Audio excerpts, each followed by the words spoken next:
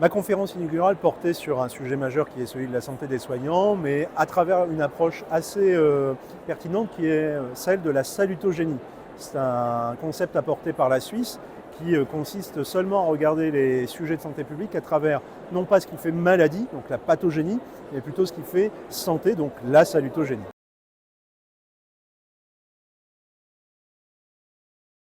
Alors, la santé des soignants va, je dirais pas mal, mais en tout cas ne va pas aussi bien qu'on l'espère, parce que nos soignants, d'abord avant d'être des blouses blanches, sont d'abord des individus à part entière et connaissent donc des problèmes de santé relatifs à la population générale, mais ont des facteurs de risque supplémentaires qui ne font que optimiser, renforcer ces problèmes de santé en population générale. Donc aujourd'hui, nos soignants ne vont pas bien, ne vont pas forcément mieux que la population générale, mais ne vont pas forcément moins bien que la population générale. En revanche, un intérêt de se saisir de cette thématique, c'est de se dire aujourd'hui, on doit garantir la stabilité, la pérennité, la qualité et la sécurité des soins. Force est de constater que ceux qui les administrent sont des soignants, au-delà de la robotique, de la domotique, du numérique, du digital. On ne pourra jamais se départir de la garantie humaine. Donc on doit considérer l'amélioration et la préservation de la santé des soignants comme étant un des moyens d'agir sur cette qualité, cette sécurité des soins, avec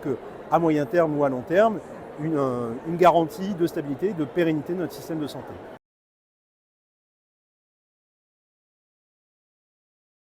Alors il y a plein de volets puisque en fait quand on parle de santé des soignants, il ne s'agit pas seulement de parler que de santé au travail. La plupart des études le démontrent, quand on parle de santé des soignants, c'est effectivement un sujet de santé au travail, mais c'est aussi un sujet de santé publique, de sociologie, d'économie de la santé,